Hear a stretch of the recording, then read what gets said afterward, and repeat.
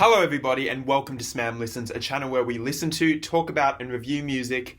It's fantastic to be back as always. Thank you so much for all of the positive comments, the likes, the feedback to my last pair of videos, which were both reactions to the mammoth and somewhat inaccessible indie classic Death Consciousness by Have a Nice Life.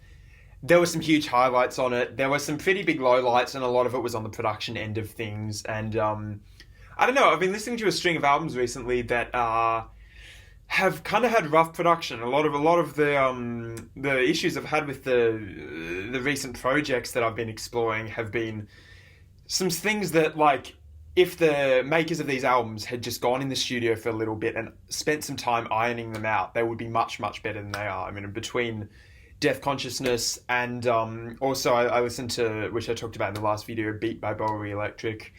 Similar sort of problems on that. Listened to another Basic Channel EP the other day. All sorts of production issues on that too.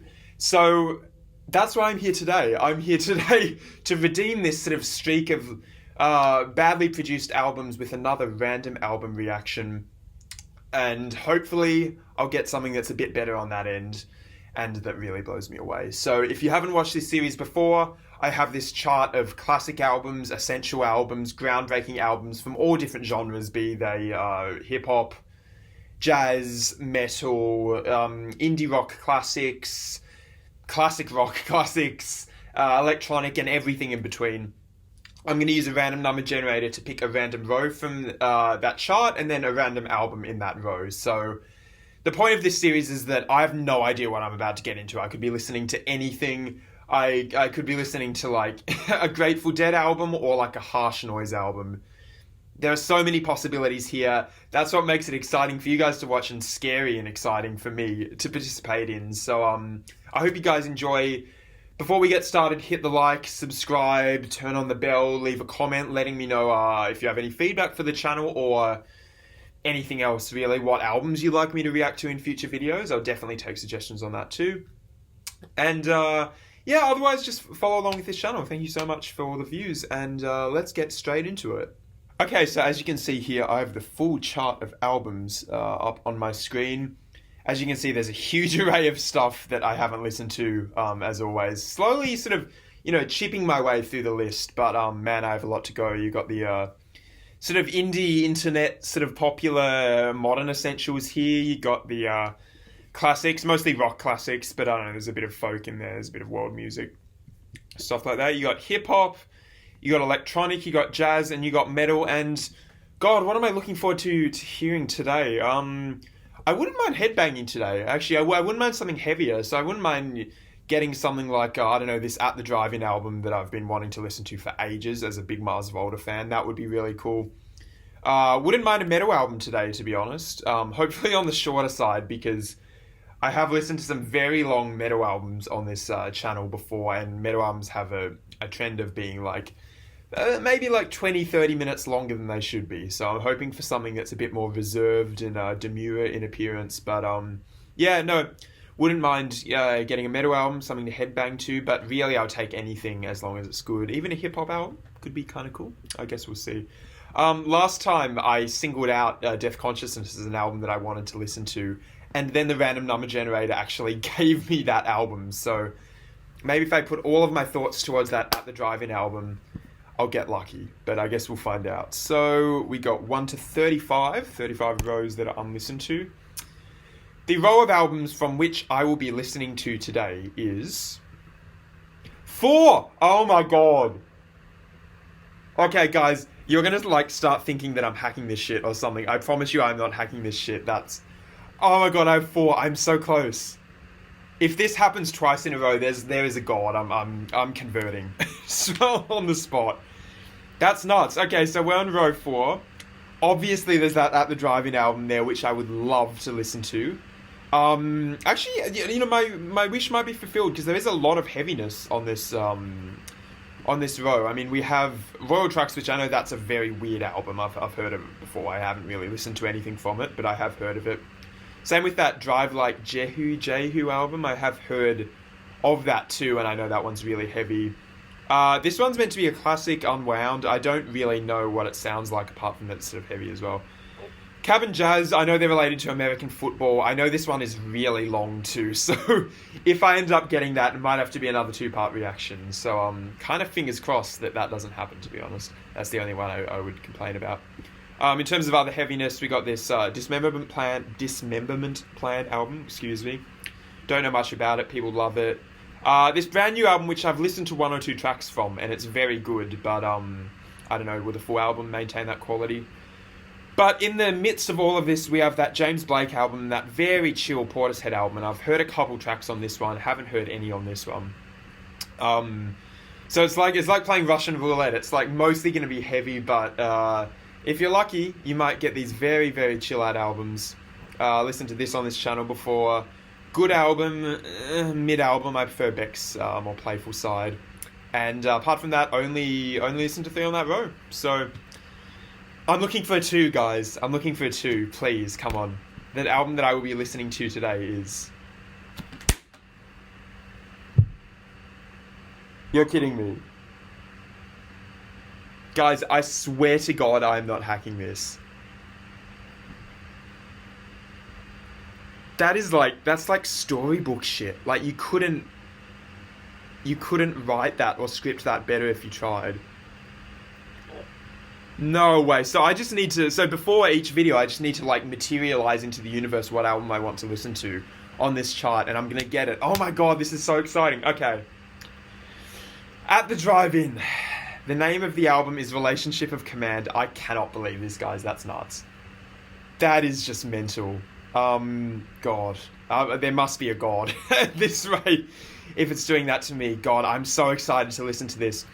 So I have a long history with the Mars Volta, the band that Omar and Cedric, who are from At the Drive-In, the sort of core duo behind At the Drive-In, they later went out on to form them, Mars Volta. Big Mars Volta fan. The first Mars Volta album, Dear Last, is just an absolute essential. One of my favourite albums of all time. One of the albums that probably means the most to me, sorry. And Francis the Mute as well, which follows it up, is fantastic as well. Really, really phenomenal album. Pretty much their whole career has highlights. It's just a real explosion of creative genius from those two guys. So I love them, but I never actually got around to listening to the At the Drive-In album, except for one track. And I know one track really well. It's the opener, Arcarsenal. One of my favourite songs of all time. I don't know where I heard it. I heard it ages ago, just on its own. It's the only At the Drive-In song I've listened to in full. Phenomenal, energetic white knuckle song. There are few songs that are that heavy that make me just headbang and wild out in the same way. So, yeah, phenomenal song. Great start to the album. I'm really looking forward to reacting to that, even though I have already listened to it. And God, I don't really have much else to say. I just hope the full album is as good. I've been meaning to listen to this for a long time. I've been a really bad Cedric and Omar fan for having not listened to it up to this point. And I finally get a chance to do it on this channel, so I'm so excited. Oh my God, let's go. Okay, I just can't believe this. I'm totally wowed by this. Sometimes there's just serendipity in the universe that, like, makes stuff like this possible. I'm so excited for this. So I have the album up here. It's 11 tracks long.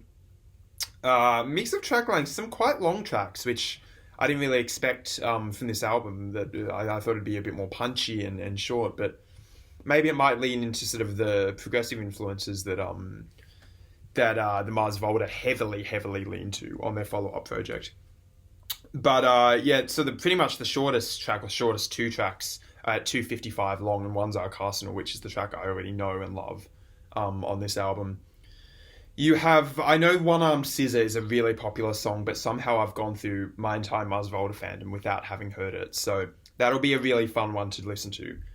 See if it's as good as everyone says. But yeah, for the most part, most of these songs are sort of reasonable length. I'm guessing packed with energy, packed with fun, packed with off-the-wall abandon. Oh, and it all starts with this marvelous first track, Arcarsenal.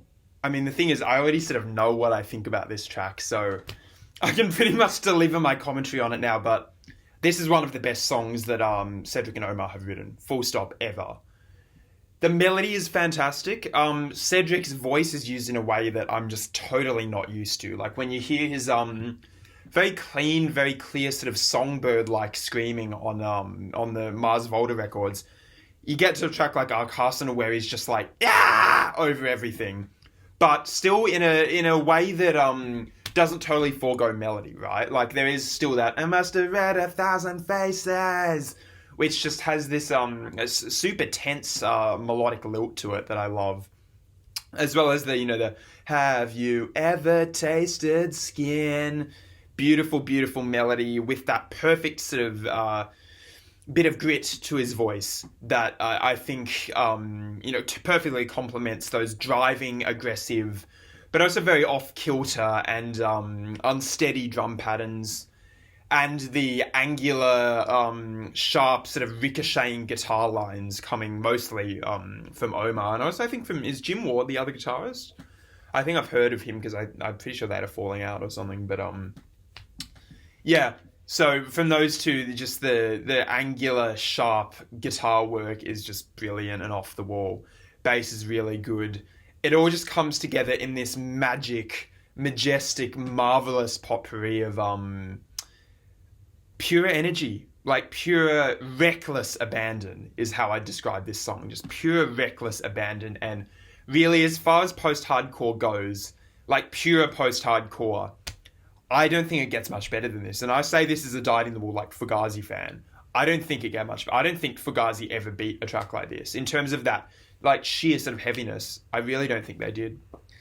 So I'm going to go nuts to this one. I mean, I'm just warning you, if your least favourite part of this channel is how nuts I tend to go when reacting to the songs on the albums that I listen to, you're not going to dig this. And in that case, I'm sorry, you might want to skip it. But, yeah.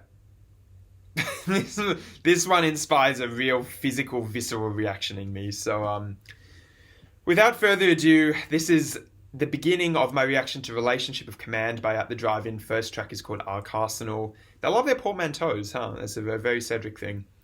2 minutes 55 long, 2 minutes 55 of pure genius. Let's go. Might have to adjust the volume, actually. I didn't even think about that. Okay, that's kind of fine. Maybe a bit louder would do. Yeah, something like that would do.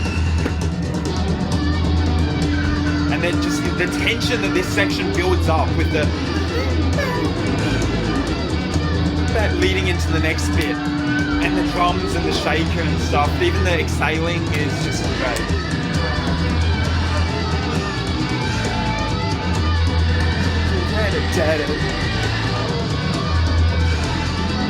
How do you even come up with a guitar line like that as well?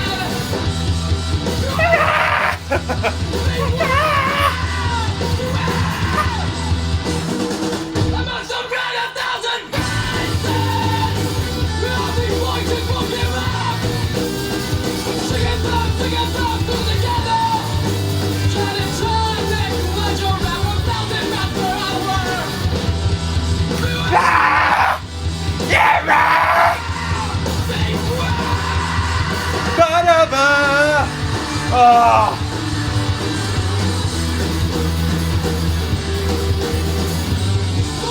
Judge in here!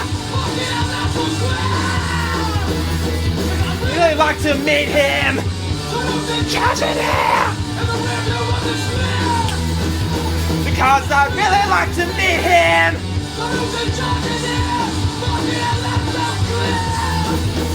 Because I really like to meet him! Oh my god!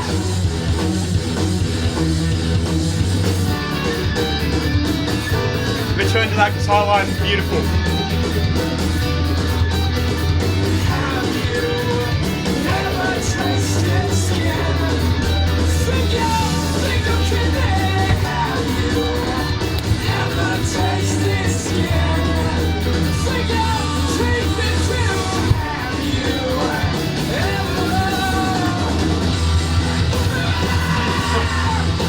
keyboard.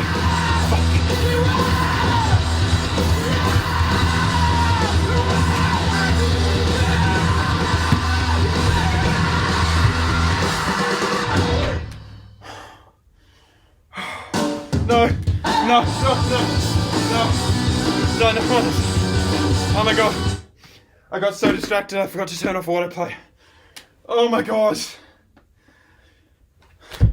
I mean, what more needs to be said that wasn't already just said by that? The guitar is amazing.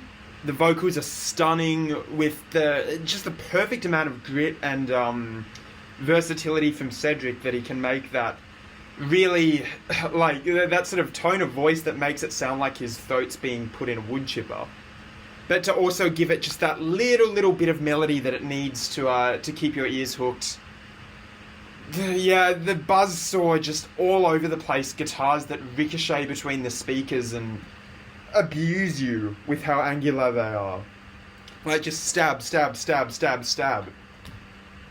The drums which are, I mean, they're played so incredibly. Like, they're not super complex, but it takes a lot of guts and a lot of stamina to keep up a groove like that that syncopated with the kick drum on the offbeats. Takes a lot of skill and a lot of stamina to keep that going for long periods of time like this drummer does. And just the decision to keep like the hi-hat open and a lot of the hits being offbeat gives the song that perfect wild, like, the energy that it needs. It has the energy of like a wild animal that's just rampaging, broken free from the zoo enclosure and is just rampaging around and leaving nobody in its wake except for corpses. It has that energy to it and I just love it. Bass is there too, it doesn't really stand out, but there is bass. Oh man, the different sections are like, there are just enough sections so that it isn't too like all over the place structurally, but it also isn't too simple, and it keeps your ears entertained and it constantly gives you something to latch onto.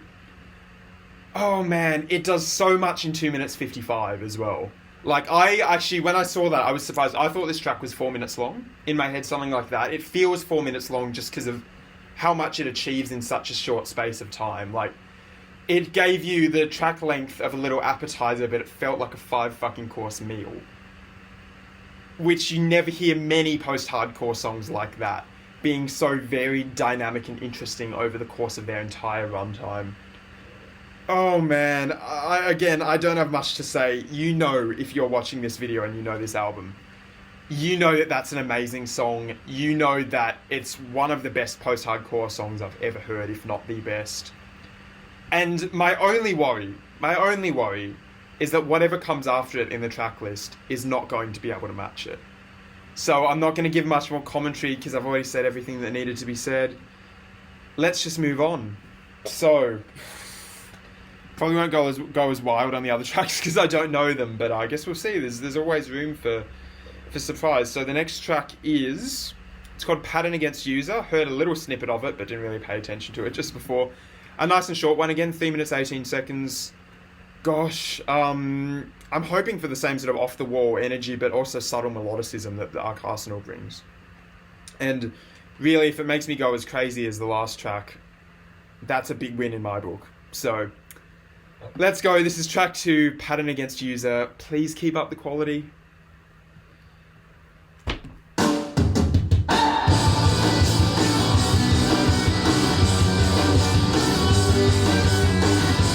Oh, I like that guitar. Love that.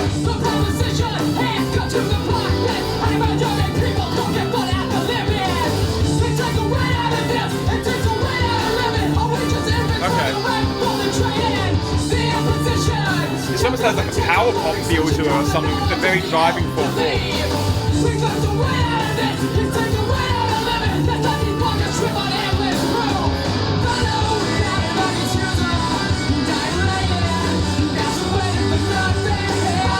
Yeah, his voice is a lot cleaner, more Muzzholder-like on the song too.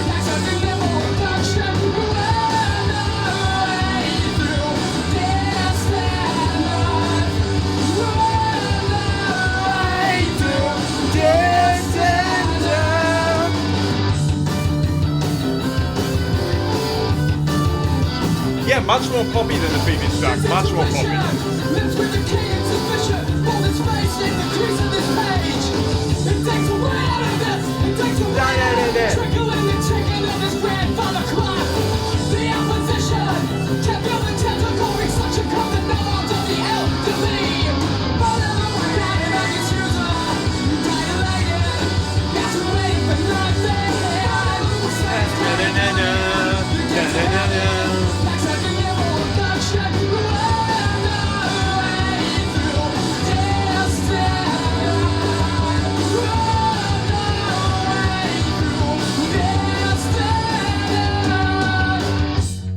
Oh, okay.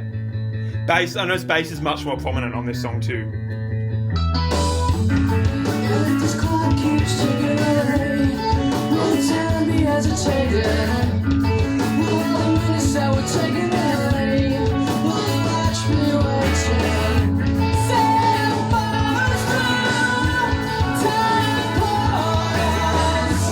It's very mellow in this bit.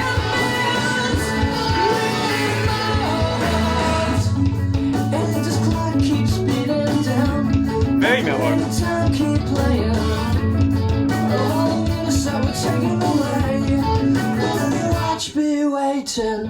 Yeah, I knew it. That's a classic Omar and Cedric trope there. It's just a stop, gets very quiet and then slams in.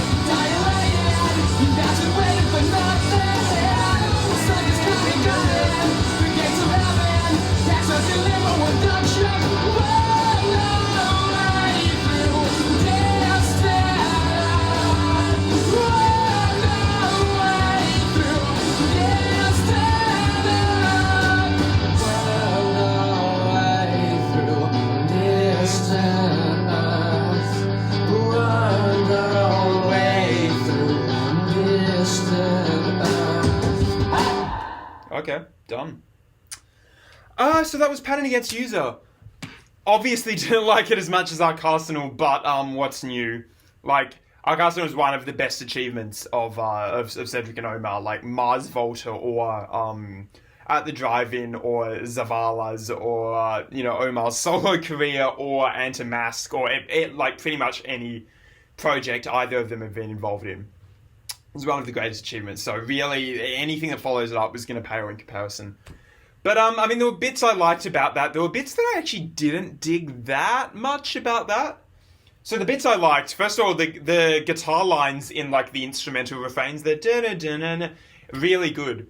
There was just one little sort of light, like not really super distorted, very Omar-esque guitar line that particularly stood out in the intro, I think. A bit low in the mix because there was some more sort of chordal riffing that I'm guessing was the other guitarist, and then there was sort of the bassist that sort of led to that foundation. But that bit was really nice. I wish it kept a more defined presence throughout the song. Bass work was really good. Bass work stuck out, very pushing, like fast pushing, kept the song propelled forward. Yeah, really good bass work. There were some bits in the verse. I don't remember exactly what the line was, but there was one little pair of lines in the verse where like Cedric's vocals became double tracked suddenly, and it was like that was a pure scream along moment, which is kind of embarrassing that I've already forgotten what bit that was. But it was sort of towards the end of the verse before it got into the Pattern Against User bit. So yeah, that bit was good. Yeah, just generally the production's really nice too. I haven't talked about it much, but production's actually pretty clean, and I actually like how crisp the drums sound in particular. Drum production on this one's really great. For once, yay, celebrate. I won't be having production issues with this album, which is, so far anyway, which is a big and very welcome surprise. Just generally, I think the drum is quite good. Some of his choices, like the heavy use of open hi-hat is really good. The sort of, like, the sizzling sound of that open hi-hat leads, or at least like amplifies sort of the chaos sound of a lot of these tracks, which, well, I say a lot of these tracks, but the two tracks so far, which I like that. However, I didn't feel that song on the whole was as chaotic as the previous one, and maybe I'm looking more for chaos from this band. Because that, as I said, it felt, in some bits, even like in that chorus, the Pattern Against User, da-na-na-na-na, da-na-na, that chorus felt very power pop-esque. almost like Weezer. Well, you're going to kill me for saying this, you guys, but almost like Weezer-esque. I could see totally like Weezer on in sort of Pinkerton era. I'm not a big Weezer fan, but I could totally hear them in like Pinkerton era doing a song like that, to be honest. Maybe it's a little bit heavy for them, but it wouldn't be totally out of the realm of possibility, I think, at a certain point in their career. Yeah, and that would be fine if the melodicism on this track was as good as the previous one. And I mean, don't get me wrong, like I always said that a huge part of what makes Mars Volta great is because underneath these super chaotic, crazy, multi-layered songs are really strong pop hooks. Like, think of, I've defected. Like, think of that. Think of, oh yeah, ooh. You have to endure my terrible Cedric impression, sorry. And, like, yeah, think of, yeah, now I'm lost. Like, all of those are super powerful pop hooks. And the reason for that is just because Cedric is crazy good at writing melodies. And even Omar with some of his guitar lines like the on Roulette Dares. Like, those things are earworms, instant earworms. Something like this feels a bit more underdeveloped in comparison to that. I don't think the chorus was that interesting. It felt a little bit janky, that thing didn't really work for me. And that sort of post-chorus section where the drums became a bit more straightforward, less chaotic, less off the wall, instead of a driving that too felt a little bit conventional and I don't know, conventional might be the wrong word, but it felt like it sapped a bit of the energy that the song had built up to that point. And yeah, again, Cedric's vocal melody in that bit too was really thoroughly uninspiring too, and I've already sort of forgotten what it sounded like, unfortunately. So yeah, that's that song on the whole for me. I just don't think any of the hooks or the melodies on Cedric's part were nearly as good. I think you can definitely hear that his voice sounds a lot more Mars Volta-esque, as I said during the track. It's a lot cleaner, a lot less grit, which is totally fine, but just have a really good hook to compensate for that. You know what I mean? If you're not going to just like obliterate the listener with your vocals. And I don't think what we got there in terms of the vocal melody was enough to justify that. Yeah. And especially in those sections in like the verse and the chorus and the post-chorus section. On top of that, there just wasn't that much going on, like instrumentally in the guitar in particular, that really excited my ears, if that makes sense. So yeah, on the whole, that could improve a lot on me on subsequent listens, and that was actually the thing with Mars Volta, because on first listen, a lot of the albums I didn't care for them that much. Like, there hasn't been a single Mars Volta album, I don't think, that hasn't gone up a little bit, in my opinion, at least a little bit, except for maybe the most recent one, which I'm not a big fan of. But yeah, like, first time I listened to De-Louse, for instance, I knew Inertiatic and none of the other songs. There were a lot I didn't care for. Like, I didn't care for Cicatrices that much, found it really forgettable. I didn't care for Take the Veil that much. Didn't care for Drunk Ship that much. And then, fast forward to now, Cicatrices is one of my favourite Mars Volta songs of all time, and I think Take the Veil is an amazing closer. So, could be the sort of case where these songs just need to marinate on me and grow. Like, even Cygnus Visman Cygnus on Francis the Mute. First listen, I didn't care about it really that much at all. It was super forgettable. Actually, on first listen, The Widow was the song I was really enamored by. Now it's one of my favourite songs of all time. It's in my top 30 songs of all time, and I'm not even joking with you. So, At the Drive-In's music could be a little bit of that. Even Arcarsenal too. First time I heard it, I was like, it's good, it's not exquisite. Then I just kept listening, and I always came back to it for some reason. And I mean, yeah, here we are now. It's one of my favourite songs of all time, probably top 100 of all time. So, tells you all you need to know. So, this could be a case of like those vocal melodies, the choruses, the hooks, and the instrumentation on a song like that growing on me over time. Right now, I'm just not there. Let's see if Armed Scissor, which I know is the sort of like single from the album, one of the bigger like quote-unquote hits, if you can have a hit from an album like this. Off this album. I know it's you know, it's one of the most favoured At the Drive-In songs for sure. Very, very popular on the internet and in hardcore communities.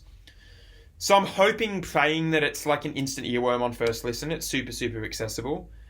For my ears anyway. My version of accessible for a band like this might be different to what other people think is accessible, possibly. But just hoping for more chaos, like chaos, or failing that really incredible hooks.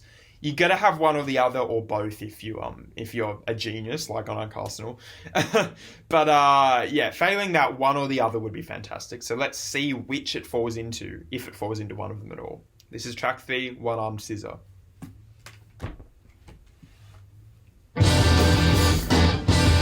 Okay. Ooh. Yes, this is the campaign slither in trails in the cargo bay. Okay, B4, interesting. A new turd is the vastness. They do love their B4, actually. There are some lots of B4 Maslow songs. And they hibernate, but how they kiss the ground, pucker up and kiss the ass.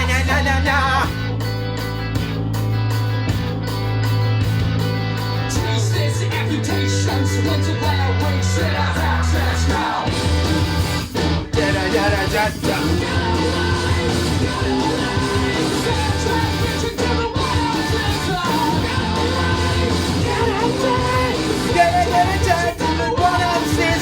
Okay, I like that chorus much more.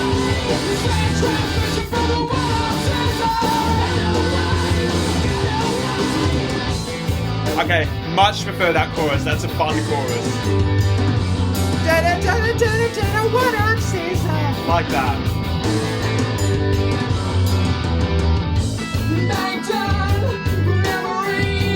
Oh. Wait, B4. Oh, it's B4. I'm sorry, 4/4 now. I didn't even notice that. When did that change? I genuinely didn't even notice that.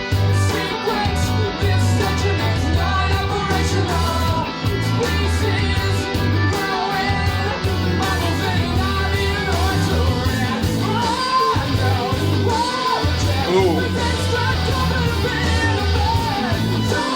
Oh, I like this. I do like this.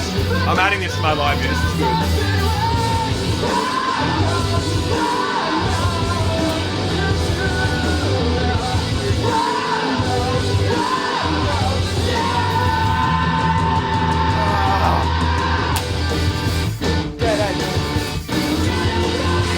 Get away!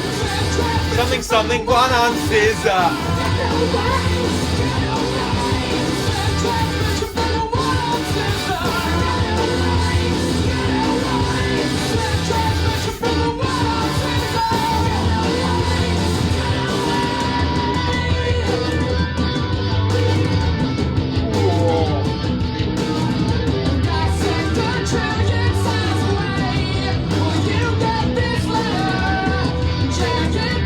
Adding this to my live if I can find it in my live too.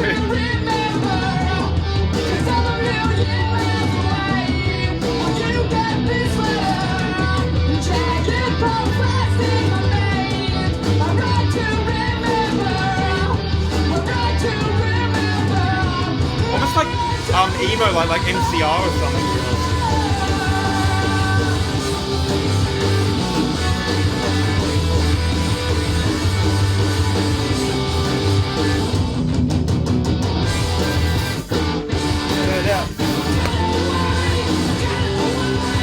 Interesting that there's that little like 2-bar turnaround before the chorus. Weird.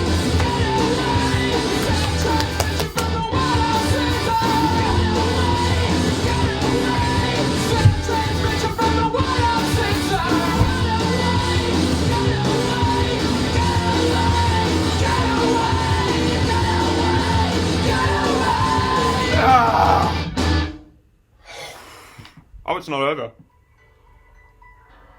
Nice job. You almost fooled me. I almost meant to pause.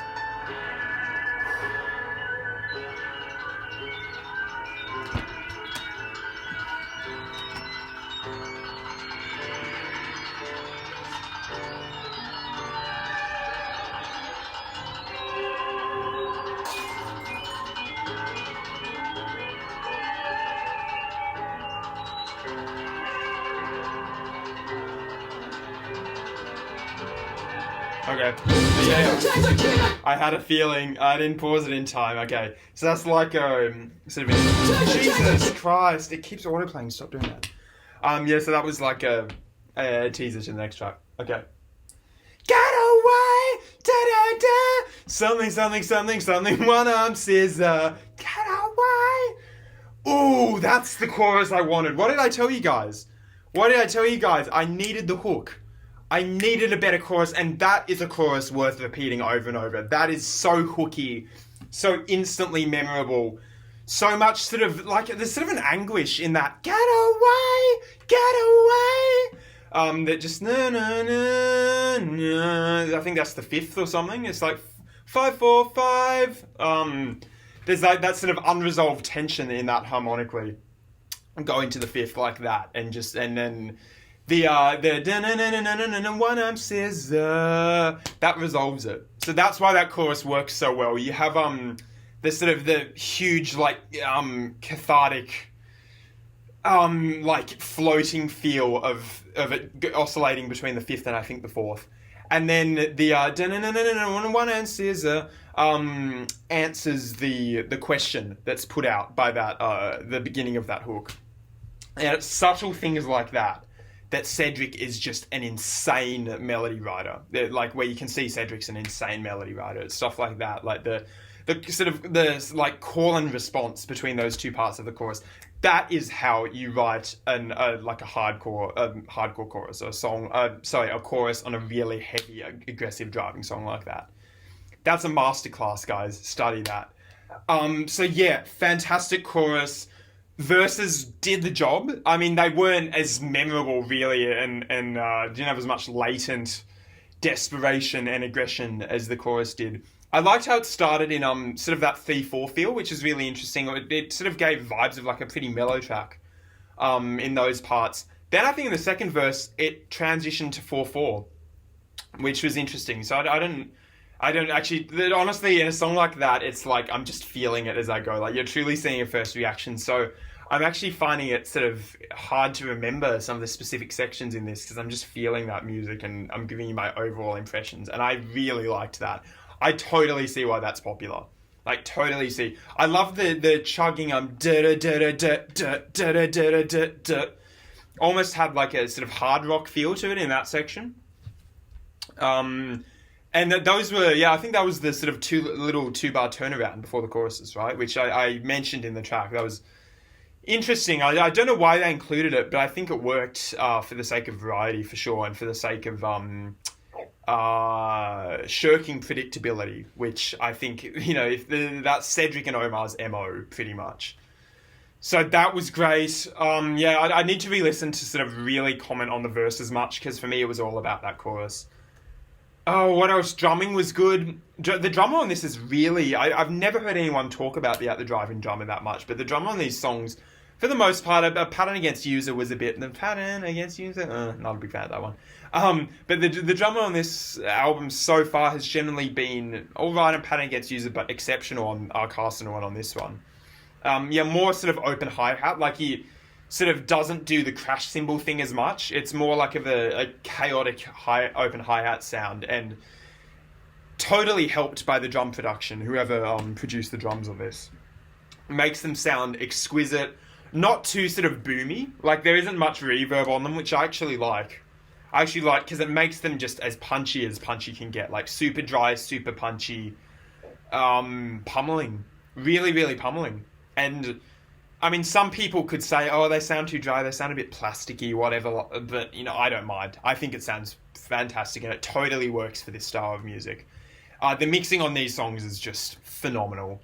Like, still, you can tell it's lo-fi, like, you can tell this isn't Rick Rubin produced or something, but at the same time, it perfectly communicates the energy that I think those songs need. You know what I mean? Like, if it was produced with any less punch, or if it was produced in this sort of super hi-fi way, even in sort of the way like an album like Deloused is, if it was produced like that, I don't think it would have the same appeal. It sounds a little bit rough, but it perfectly works for an album like this. So yeah, God, One-Armed Scissor, total highlight. Big step up from the previous track. Cedric's hook game on point. Guitar work phenomenal.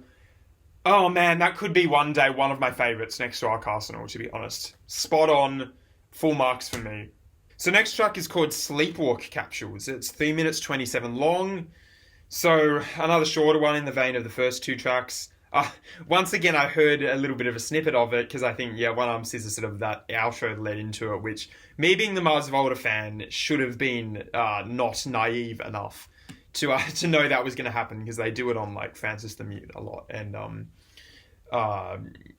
like even on De Laus, like with Tira Me a las Arañas. So yeah, I'm guessing it'll be really heavy again, because that was what the little snippet I heard sounded like. Let's just go. I want another really good track like that, because the track 1 and 3 have kicked my ass, to be honest.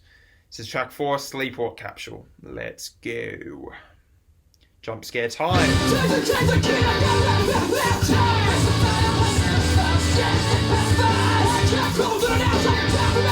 I love the open hi-hat. Keep it going, man. You're good at it.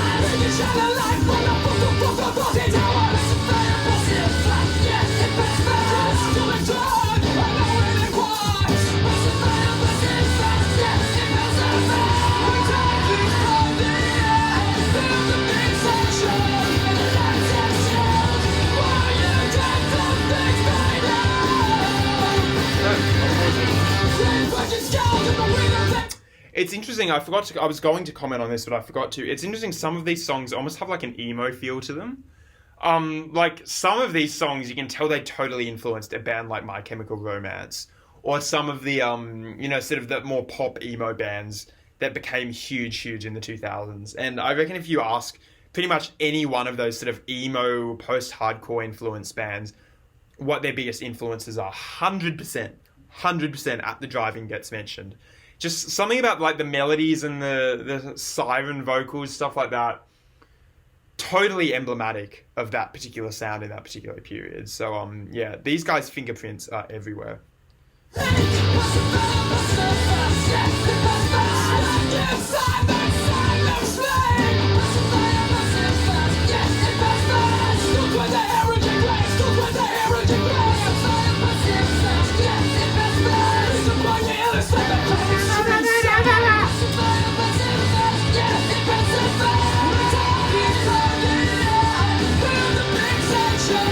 Yeah, that feels like a very emo melody in particular. That one right there, the na-na-na, and then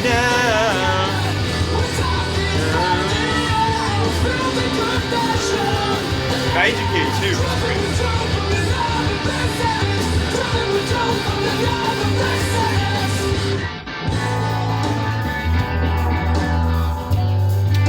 Okay, much spacier.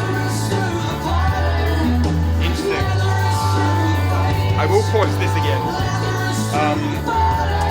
I think you can also tell that at this point, Omar and Cedric, particularly Omar, was like feeling a little bit limited sort of by the rock out dudes scene that At the Drive-In was in. And you can tell he wanted to space out a little bit into something a bit more experimental and a bit looser. Because some of the structures of these songs, like they have super weird verses in particular. Like the choruses concede to, that expected sound that a band like this would have. But something like that verse reminds me very much of, what was, yet to come on a song like Inertiatic ESP. Which I think that song is like the cleanest sort of bridge between the At the Drive-In sound that I've heard and the Mars Volta sound. I think that's pretty much a 50-50 split, that song. And you're getting it here, like with that really spacey guitar work. I think it's interesting.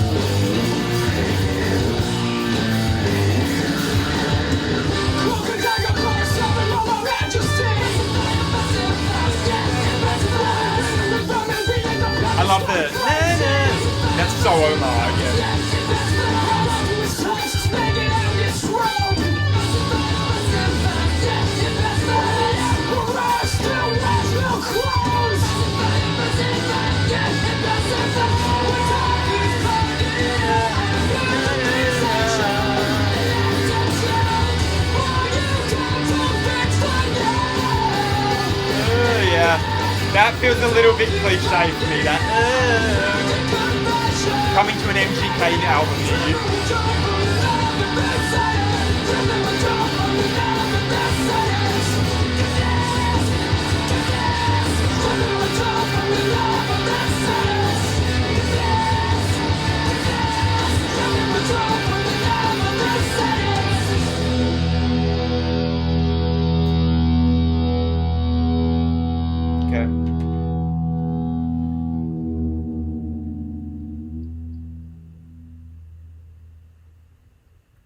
Okay, Sleepwalk Capsules, it was good. A little bit of a step up from Pattern Against User, for sure.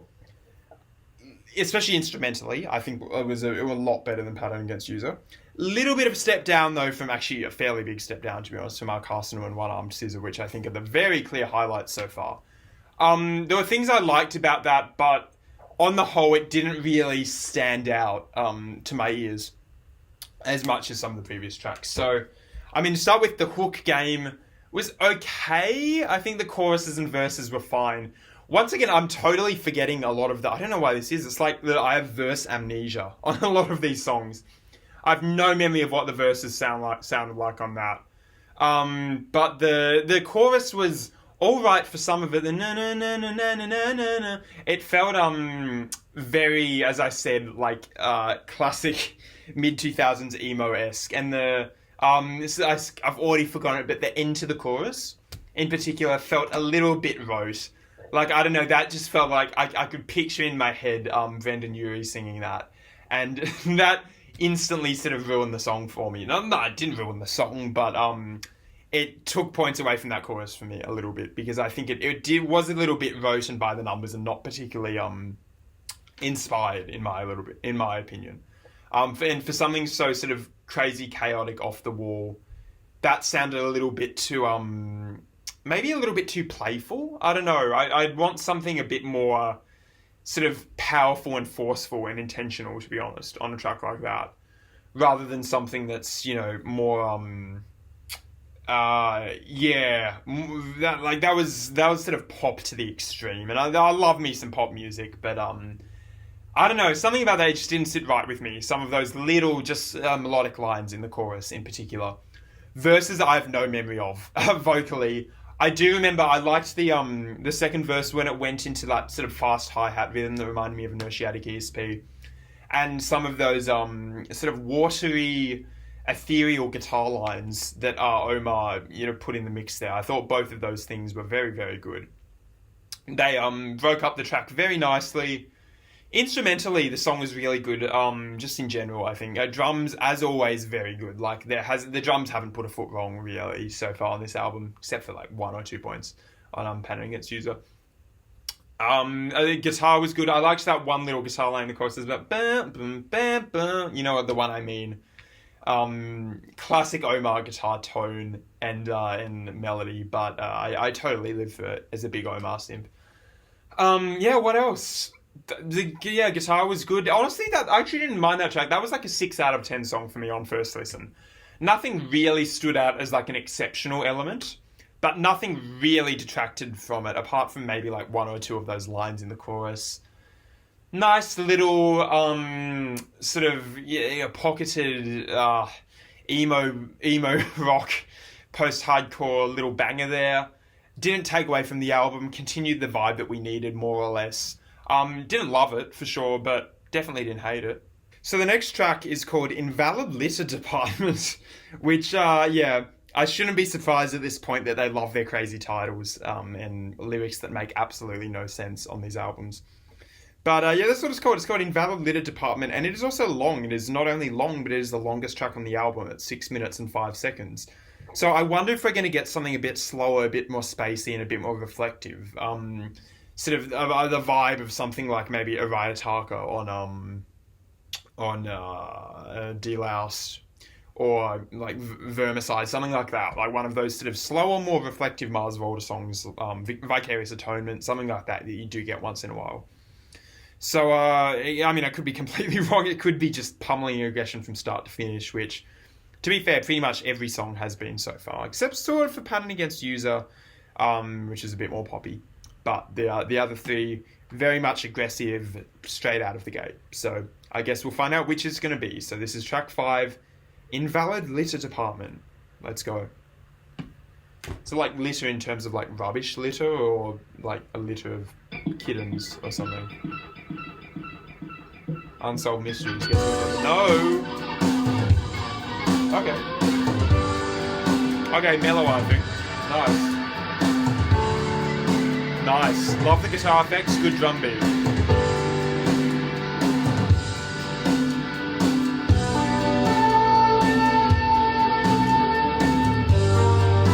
Oh, that's an eerie guitar chord. You could have picked something better there, buddy. They need to raise those second two notes up by like a semitone.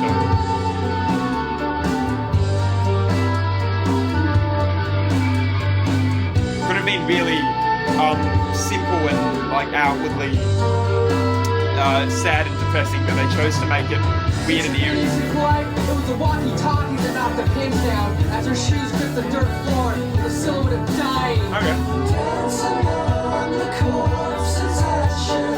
Yeah, they had planned for him, and they had spun the last of the pimps. Polyester satin nail jewelry lips, while the guillotine just laughed again. And the paramedics fell into the room like a rehired stab in a barehanded Yeah, spoken word. I've never heard Cedric do this. beneath the hail of contraband. I guess closest is like, I'm starting to feel a fetal miscarriage coming on. Okay.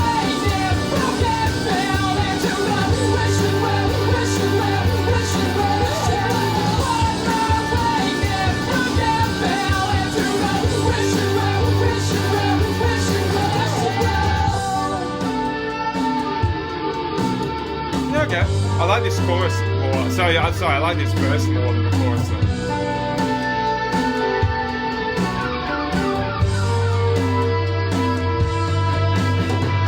They had defected and been excommunicated, and all the pulses were subverted. And they made sure that the obituaries showed pictures of smokestacks.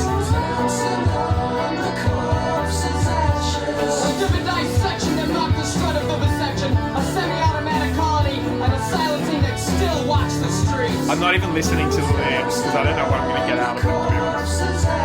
When the company of wolves was a stretcher made of cobblestone curfews, as the feathered islands performed their custodial customs quite well. I don't think Cedric knows what a lot of these mean either, to be honest.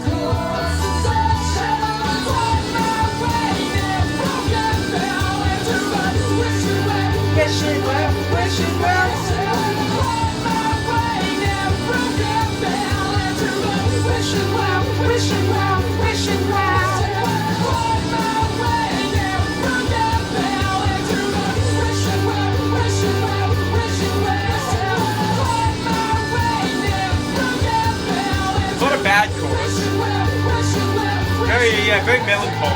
That is how I describe it.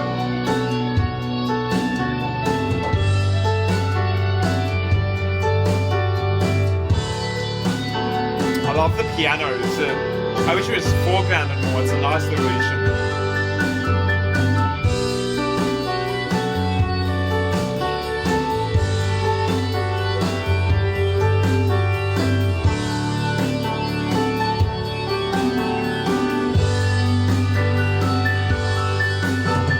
Intravenously collided with the walkie-talkie that had knocked the pins down as their shoes lay dangling on the dirt floor in the silhouette of dying. Well, yeah, they had plans for him. They had spun the last of the pimps. Polyester satin nail. So this is gonna be the whole song. I have a feeling it is. Okay. Again. And the paramedics had fallen into the room like a rehired scab in a barehanded plant. An anesthetic penance beneath the hail of contraband. Dancing on the corpses I shall find my way and broken fell into a wishing well, wishing well, wishing well. On my way and broken fell into a wishing well, wishing well, wishing well. I love that. I like the wishing well. Broken fell into the wishing well, wishing well, wishing well.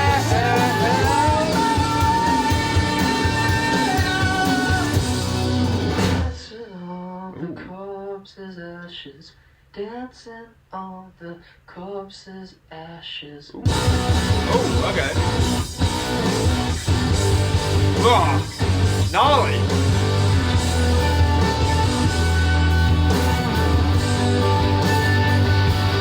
Oh, that's a nice guitar line.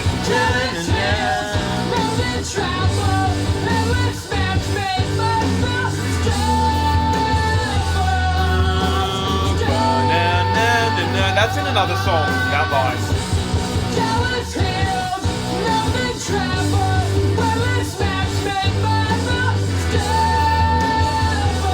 That's in some other song, guys. Let me know in the comments.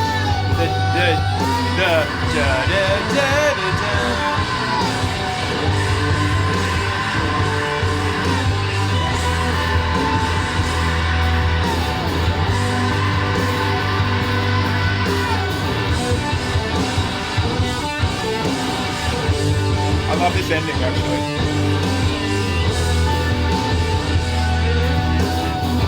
You know that? No, I know what it's in. It's in "Shout" by Tears for Fears. That's in "Shout" by Tears for Fears. That's a little line. I love that song too. "Shout." That was alright. I think the second half was better than the first half, though. It was perfectly good. What was it called? Invalid Litter Department.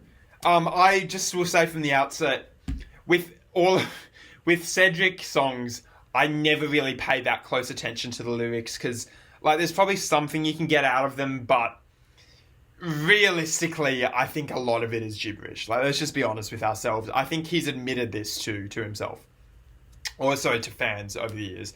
He's admitted that, like, a lot of his lyrics, he just basically uses a thesaurus to say the craziest shit possible. It's a great, unique style. I won't take anything away from him for it. I've said this in the past, but lyrics really aren't super important to me, generally. In music, generally, I'm much more here for the musical elements. And, like, the melody that those lyrics are carrying is much more interesting to me than the lyrics themselves. But yeah, so I didn't really pay much attention to that. And maybe a song like that could have been more rewarding. I guess if you've listened to this many times and you start to listen to the lyrics and start to get a narrative out of it, which is what I'm guessing is there's a bit of maybe an attempt or a drive for that sort of feel, like a more narrative feel on that one. But I didn't even bother on that listen, which makes me a bad fan, but I didn't even bother. I know. So won't comment too much on that. But yeah, so the track was in a few parts. It was sort of in those mellow verses. Didn't really have a lot in the way of, like, aggressive, angular buzzsaw guitars. No, not really any chugging in those verses. Mostly a vehicle for Cedric's sort of spoken word storytelling, world building.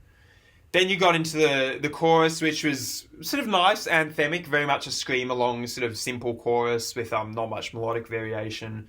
I did like the wishing well thing at the end. That was cool. Yeah, they know how to. Cedric is really good at, like, creating. As I've said this before. Actually, this is not a novel observation, but I still stand by that he is very good at creating interesting and like earworm hooks when he wants to. Because I still remember that Armed Scissor hook, like Armed Scissor. I still remember that, and I've only heard it once. It was like a short song too. So he's good when he wants to be at creating really strong earwormy hooks. And I mean, that one wasn't on the height of, like, Arcarsenal's hook or Armed Scissor's hook, but it was close. It was very good. It was a very nice little melody there. So yeah, for the majority, I think that sort of that quiet verse, loud chorus dynamic repeated maybe 3 times. Then you sort of got the end bit there, which I think was actually the most interesting bit on the song. You know, we had the chorus interspersed in there, but along with the chorus was a lot more chugging in the guitars, a lot more of a, sort of a destructive, like, bulldozer-like sound in that section, which, to my ears, I think worked better. I think worked better overall than the first half of the song. Some of the little guitar lines in there were very nice. I pointed out the da-na-na-na-na, which is on, I don't know if it's on the studio version of Shout by Tears for Fears, but it's certainly on live version. Or it's on one of the versions of the song. And I love the melody on that song. that particular melody on that song, and I love that particular melody when it shows up on this song in Omar's guitar. Once again, Omar, like Cedric, has a natural knack for interesting guitar melodies, and that's certainly one of them. When he brings out his full melodic playing style, that's honestly when he's at his best, in my opinion. You'll find that on a lot of the best Mars Volta songs are the ones where he's playing like single note lines, like on Cygnus, or oh god, what other good examples? Like parts of Dave the Baphomets. Cotopaxi, another really good example of that. Ilyena has a really good guitar line like that. Stuff like that. He's at his best when he's doing that. And this track's no exception. I reckon that could grow on me a lot, even more than it currently has on re-listen. Made no mistake, I liked it actually a fair bit on that listen. I think it's probably better than Sleepwalk Capsules by a little bit. Definitely better than Pattern Against User, so my third favourite so far. I'd probably return to the end bit more than I do the first bit, but maybe the first bit might grow on me the more I hear it. I guess we'll never know. They're not terrible by any means. There was actually no element of that I disliked, for sure.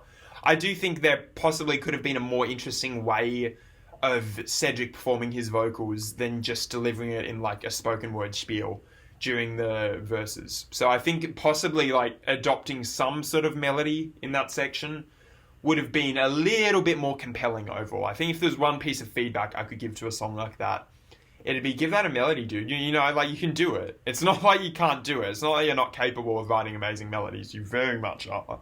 So, that's what I'd probably hope for. But, God, other than that, honestly, that track gets a pass from me.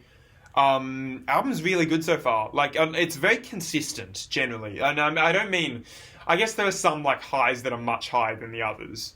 The first track, third track, particularly. But apart from Pattern Against User, I think track 4 and 5 have both been very solid and continued the vibe of the album where they needed to be. We're getting into sort of the middle part of the section, middle section of the album.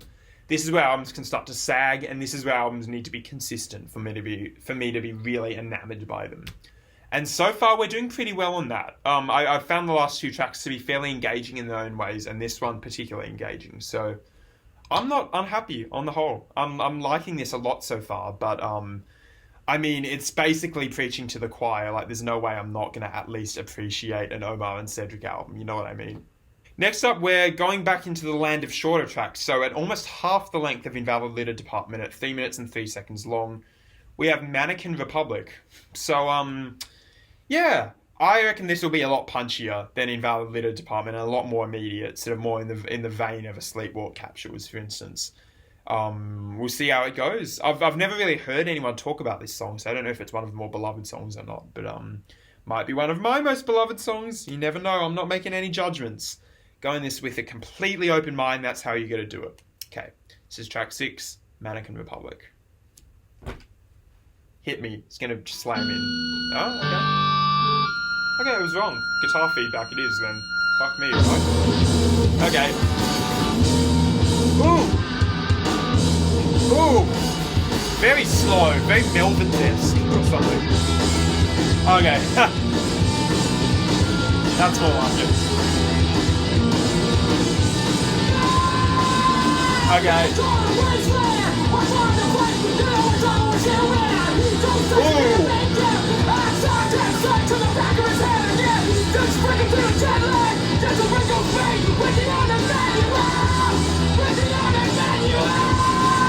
I like this. I do like this. This is very driving sludgy, like Melvin-esque. And then goes into this very heavy punk bit. Nice bass line, very tense. Masterclass intention there, that bass.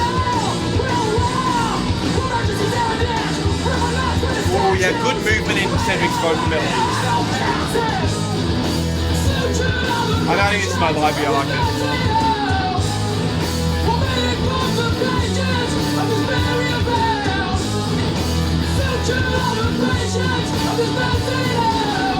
Mannequin Republic, added to library. Let's go, boys!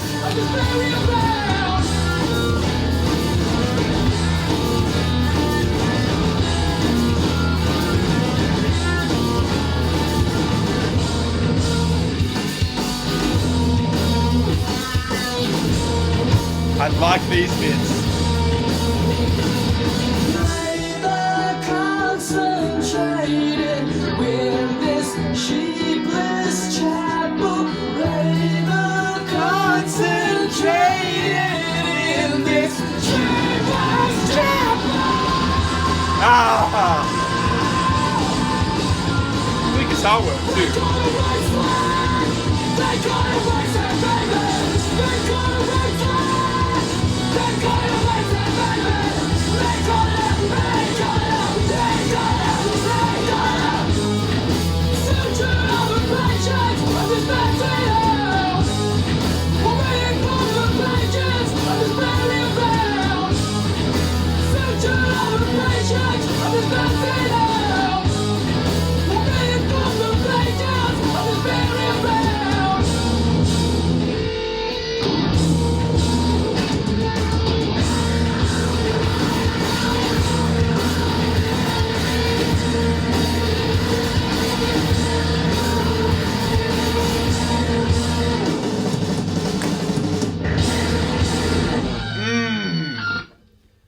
Interesting. Oh, it's going to autoplay. Oops.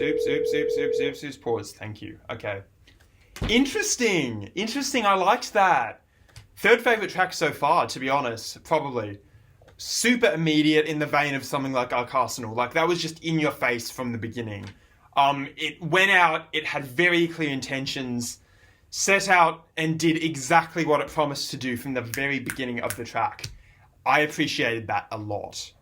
So right from the outset, you had those verses which had a real punky energy that I don't think is quite matched by a lot of the other tracks. Like, a lot of the other tracks are sort of more dominated by the hallmarks of other genres. Like, you have sort of emo pop and stuff like that dominating a track like Sleepwalk Capsules. You have sort of that Mars Volta-esque weirdness dominating something like Invalid Litter Department. And you have pure post-hardcore dominating something like Arcarsenal, Armed Scissor. You even have sort of like power pop dominating something like Pattern Against User. This song felt very punk, except for that little bit at the beginning, which was like, I commented at the time, but it sort of had like a very Melvins-esque sludge metal feel, like with those chunky, distorted lower-end chords that just chugged through these huge crashes on the drums. That felt very Melvins, and then it exploded into this extremely fast, very punky, reckless, and sort of a badass feeling section in a way that's more than any other track on the album so far. It felt really swaggering and confident, that track, which I very much appreciated.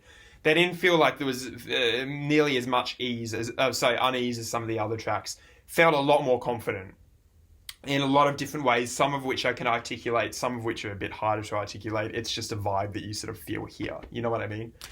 So yeah, verses are great. Cedric's vocal melody in the verses, as again, had so much swagger to it, like that sort of lazy descent down the scale he was using towards the end. It was screamed, very, very rough, very gruff and hoarse. But that slow descent down the scale was very nice. I think that had a lot of swagger. Choruses were good, switched up a little bit at the end with some new sections, but those were good too. The interplay between the bass and the guitar, particularly in those verses, was very interesting. Super interesting. Like, you had, they were sort of moving in a similar way, but like in opposite directions. Like, the bass was sort of moving in these slightly dissonant, slightly eerie ways, every bar, but like stayed consistent within the bar. The guitar was more of a descent down, following like in a similar way to what the vocal melody was doing, which again didn't feel super melodic for sure, but it had a lot of that pure swagger and energy that I did look for. And remember, I said this album either needs to give me on any of the tracks great hooks or great energy and like just raw punk aggression. And that was an example of the track that probably gave me more amazing raw punk aggression. So it did it totally fine for me. I think that really, really worked. Enough for me to add that to my library. As I said, the second half wasn't really as good. I'd probably listen for the first half, because in the second half there were maybe some sections that didn't really need to be there as much. And that's totally fine. I think, honestly, even though it's a 3-minute track, it probably could have been shortened by another 30 seconds or something, and I would not have complained at all. So, yeah. God, yeah, don't know what else to say about some of these tracks. Like, so you sort of have to feel them more than you talk about them, to be honest. Guitar work was predictably really good. I like a lot of them. I will confess, a lot of them sort of do sound, even though they lean into different parts of their genre influences, they do sound roughly more or less the same, which is different from what like Mars Volta's albums, for instance, do. A lot of those tracks sound very, very different on most of their albums, except for like something like Bedlam. But most of their albums are very different track to track. This is a little bit more homogenous in terms of, production, in terms of guitar tones, in terms of the role that each instrumentalist plays. But it's very fortunate that I just happen to love that particular formula. So, again, not complaining one iota. But yeah, I'm actually finding myself strangely with less commentary on a lot of these songs, just per song. Mostly because a lot of them, like, super energetic, but also fairly simple in how they approach things. As I said, it's just super fortunate that I love that simplicity, and I absolutely buy into the Omar and Cedric formula. So you won't get as much deep, detailed, pull it apart commentary like you might get from for me, like a jazz album, you might not get from me for a jazz album, is what I'm trying to say, or even something like Deaf Consciousness. But you will get me vibing out to a lot of these songs and just being like, yeah, they're good. They're good. Is that enough for you? So yeah, with that in mind, we'll go on to track 7. We're past the halfway point. This one's called Enfilade. Enfilade.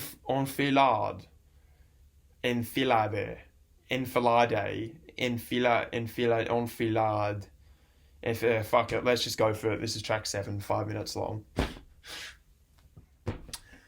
God, this album's on a bit of a bender. It's on a bit of a streak. That was good. Very good, and also very interesting. Like one of the more experimental, one of the more sort of Mars Volta-esque songs on this album so far. Not so much in the chorus, but basically everything it did apart from the choruses. I'm noticing a formula. The formula for this album is very much, it's very verse chorus focused. So they're like a lot of, there's no song that doesn't have a really distinct, identifiable chorus hook. Except for actually arguably Arcarsenal, because really that's just a bunch of verses piled up on top of each other, with the chorus being the thing, which I don't even know what he's saying there.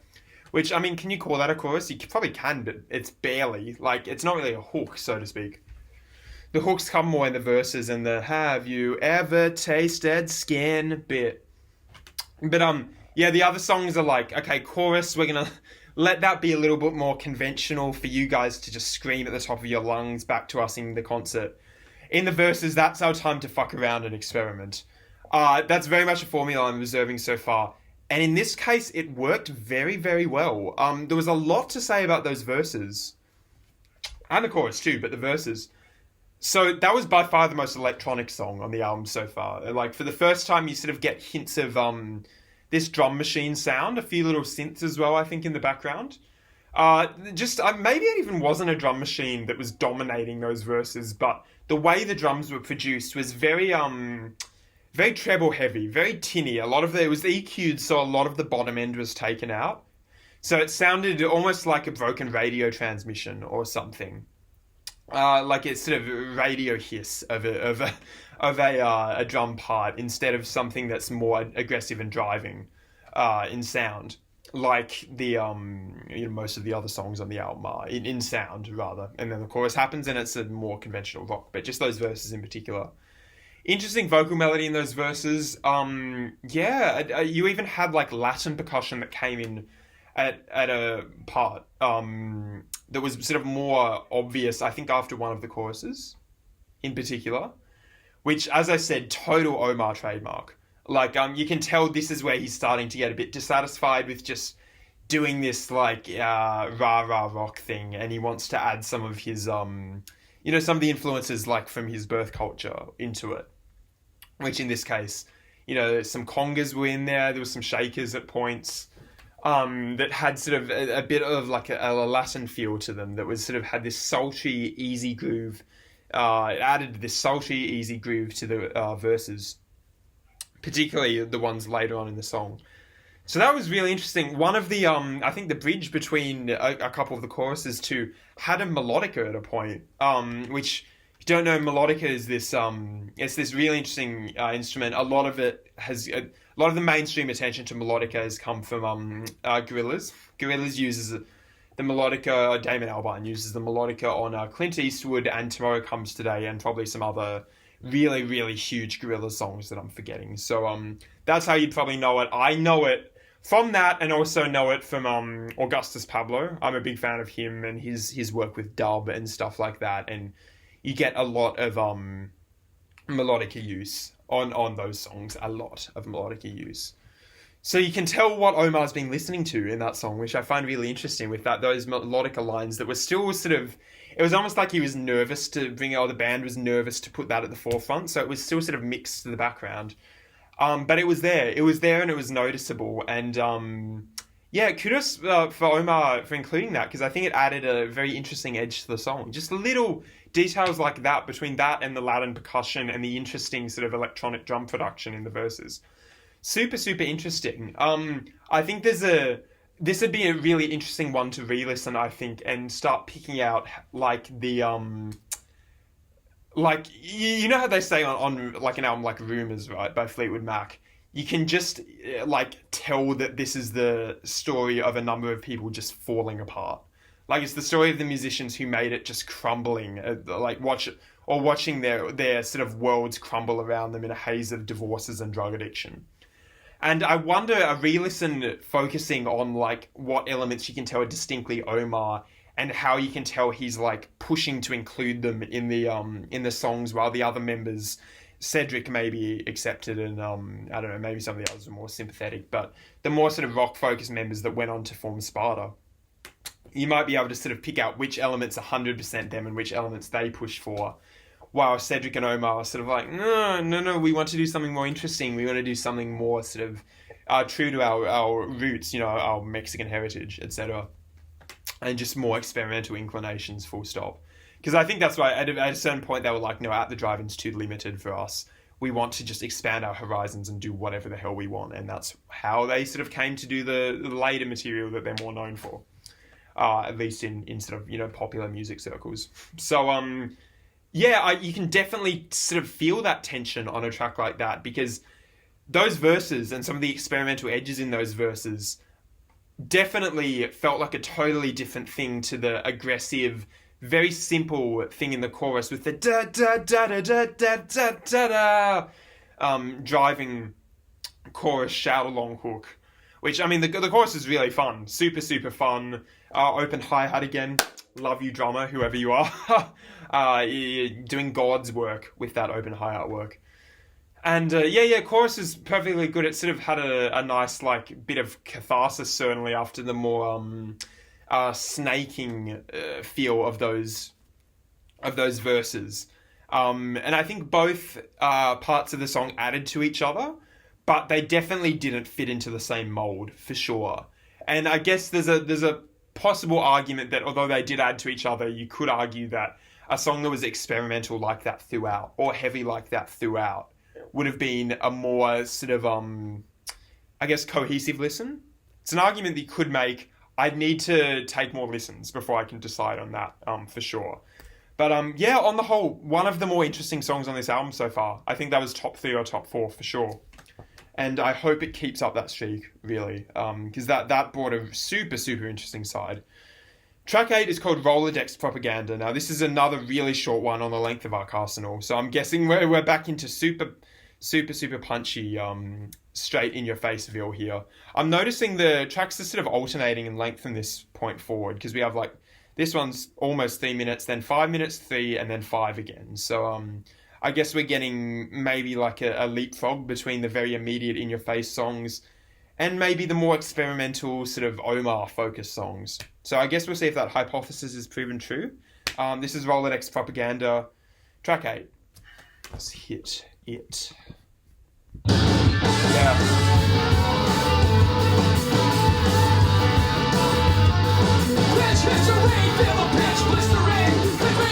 Okay, very immediate, yeah. No room for, you don't get a break on this one.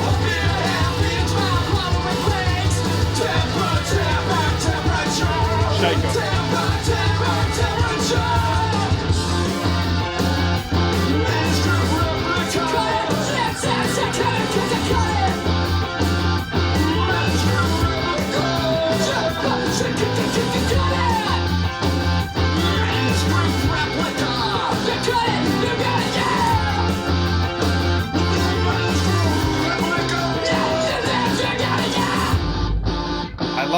Cedric screams. He can scream so much when he wants to, for sure.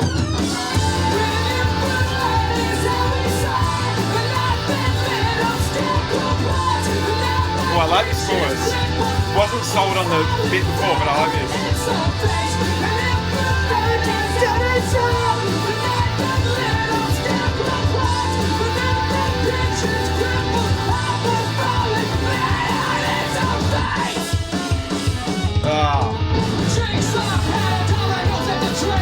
You can hear the Omar guitars in the background. It's very low in the mix, but it's very wide with sound.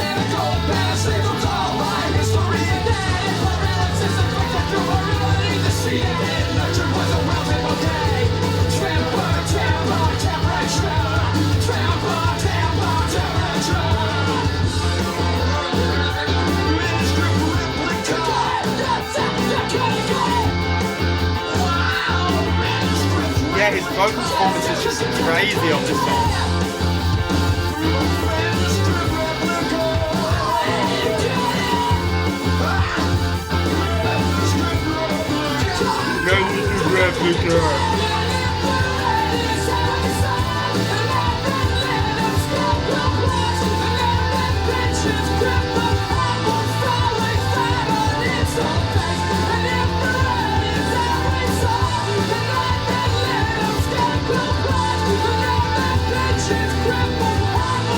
Good chorus.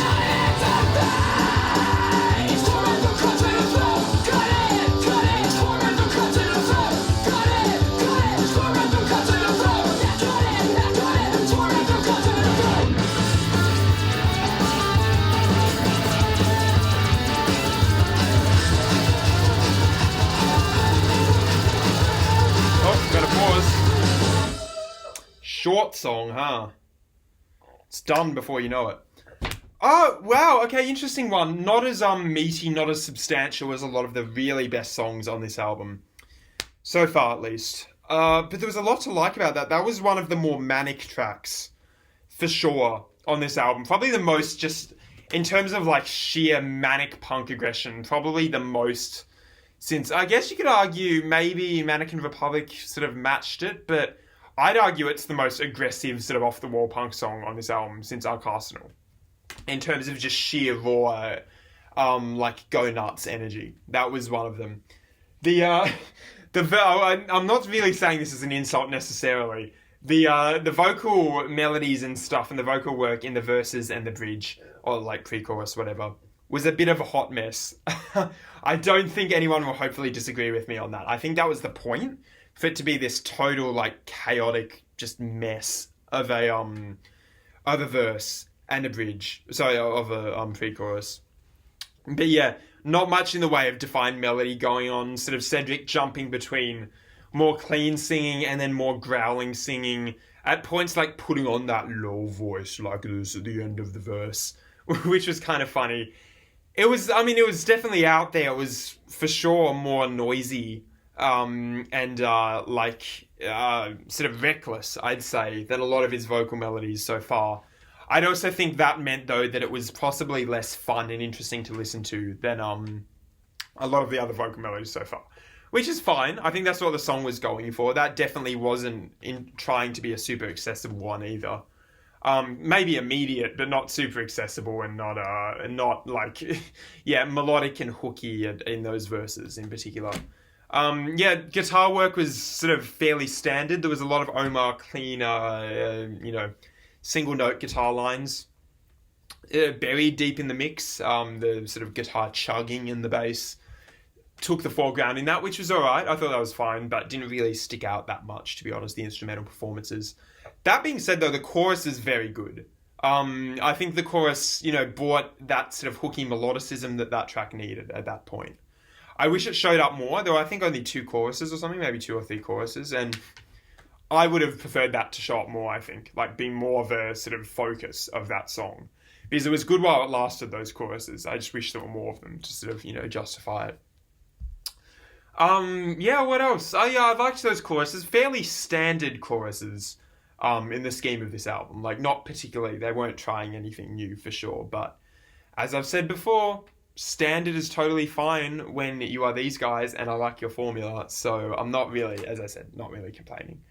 Yeah, interesting little song. It wasn't, like, as interesting as something like Enfilade. It was definitely more, in your face, this is what we're doing. Probably not a whole lot of, I'd say, re-listenability value on a track like that. I did add it to my library anyway, though, because I did really like that chorus.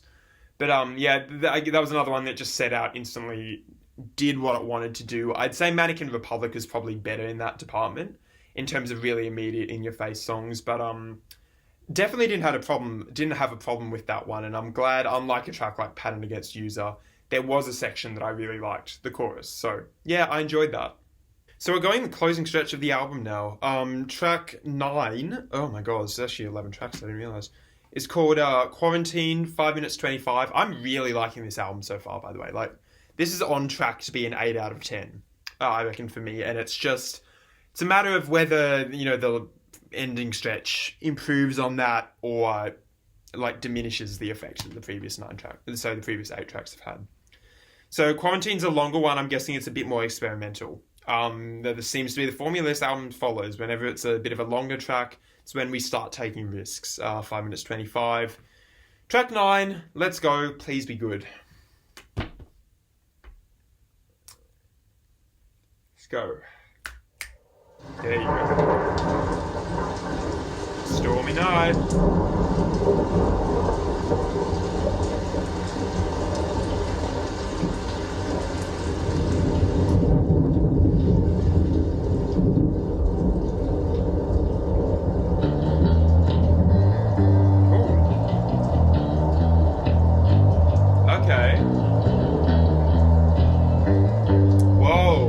Halftime feel in that bass.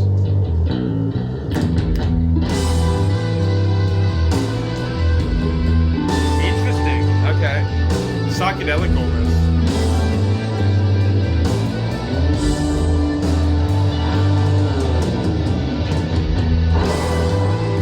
Very different style to one's bass playing in Mars Volta. Similar tone, I think. But this bass's bass playing's a lot more melodic. At least on a track like this, for sure.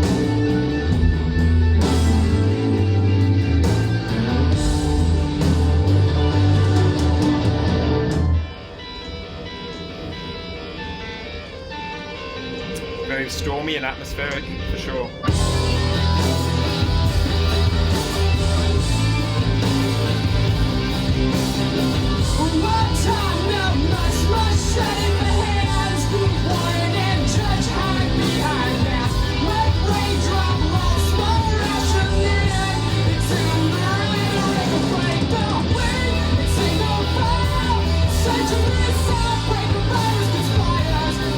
Good vocal melody in this bit.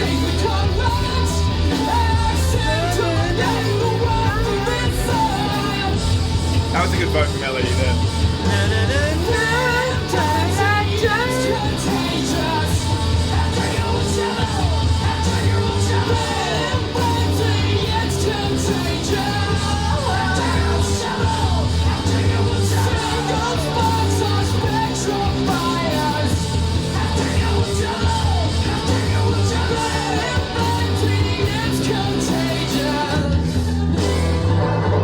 Okay, interesting song. Much slower than the others. Very chilled out. I mean, heavy still, but chilled out.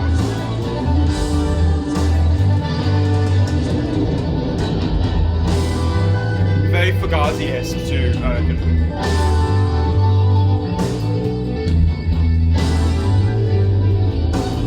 This is how psychedelic that is, by the way.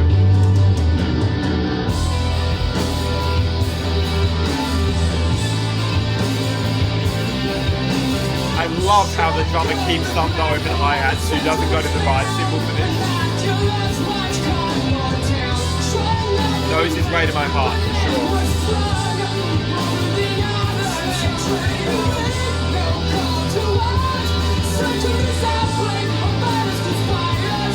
Yeah, good melody, I like that.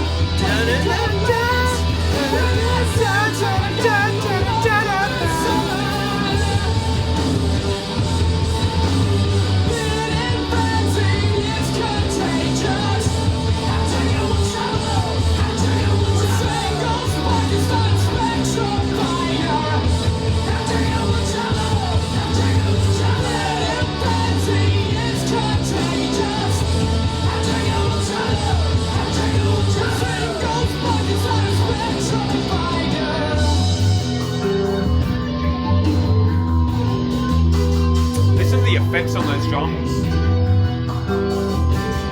Churning in and out. Same with the guitar.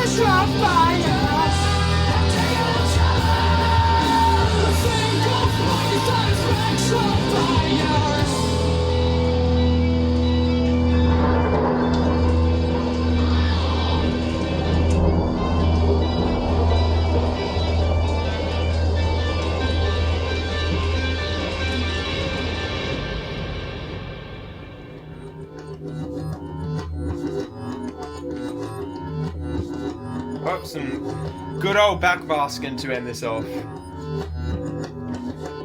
Play that backwards, it tells you that Paul died in 1964. Okay. Interesting little song. By far the best bit was that chorus. The da-na-na-na, da-na-na-na-na-na-na-na. He's just really good at writing hooks when he wants to, man. He's like, I think the hit rate in terms of hooks on the last few tracks has been exquisite. It's been pretty much great hook after great hook for a little while now. And that was no different. Again, he just strikes the perfect balance between melodic feel on the hooks and off-the-wall screaming feel on the hooks. It's a perfect 50-50 balance, which I think is just great. Really great on pretty much every song, even when the songs are much slower, much spacier, much sludgier, like this one was. So that was the best bit, in my opinion. That track was overall quite slow. It was quite slow compared to the other tracks. Definitely a lot more spacey and formless. I almost wish if they were going for that little niche here, I do wish they'd sort of fully leaned into it. Like, it would be nice at this point possibly to give your listeners' ears more of a break, but basically what they did is kept that slow feel, but kept up the same amount of heaviness, particularly in the choruses. I think there's probably a place to just remove that heaviness altogether on a song like that. Like, make that sort of the Televators moment on this album, where it stops being post-hardcore altogether and just like lets the listener's ears have a break before the remainder of the album. So I reckon, yeah, even with like a more whispered vocal like da da da da da da da da, which I know Omar can do. He can do quiet and sultry when he wants. So Omar, I know Cedric can do. He can do quiet and sultry when he wants to, and have sort of those spacey guitar effects.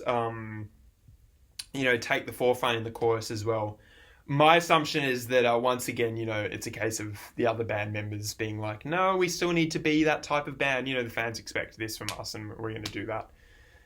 Maybe that's probably a bit unfair. Maybe it isn't just the other band members, it's probably the band as a whole, just, feeling a certain degree of pressure to fit a certain mold.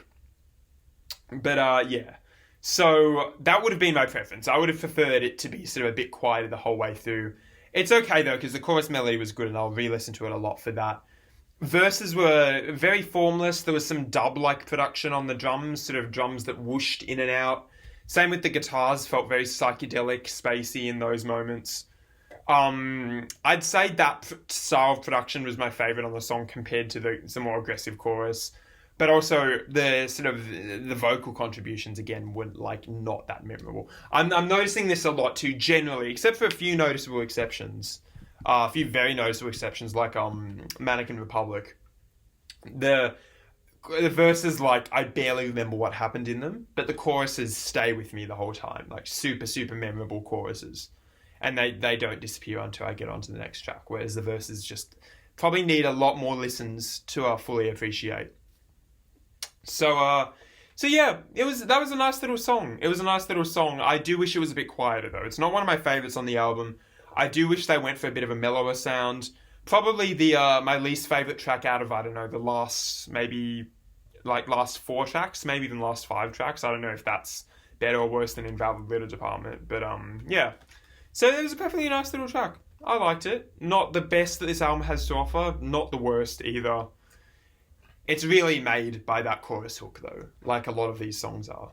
Continuing, hopefully, this album's streak of just really solid songs should be, hopefully, track 10, Cosmonaut. Now, we're back in the 3 minutes territory, so I'm ready to headbang. I've cottoned on to what this album's doing by this point. If it's a longer track, I know I'm going to get something very heavy. It's the other way around. If it's a longer track, I know I'm going to get something very experimental. If it's a shorter track, I know I'm going to get pummeled over and over again.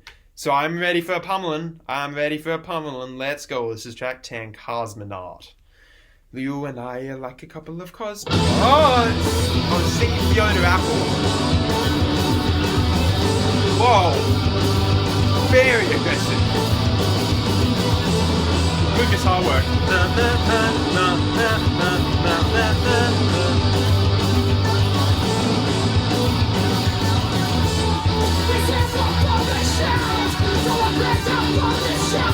Yeah.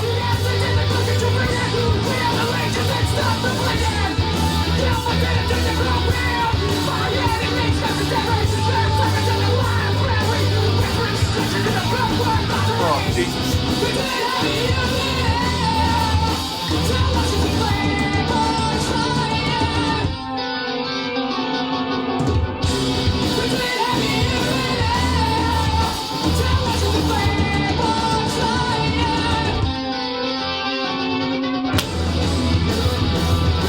This bit's the best bit of the song. The sort of rising guitar chords as well, very nice. Builds tension, really nice.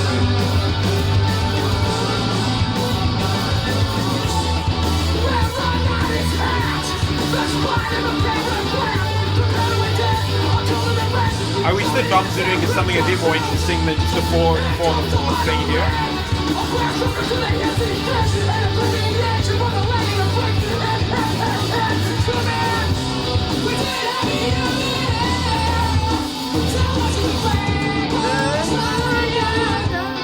What does that sound like? It's a Mars Volta. You better know on Graveyard Love, isn't it? Or Blacklight Shine. No, Graveyard Love. It sounds like that.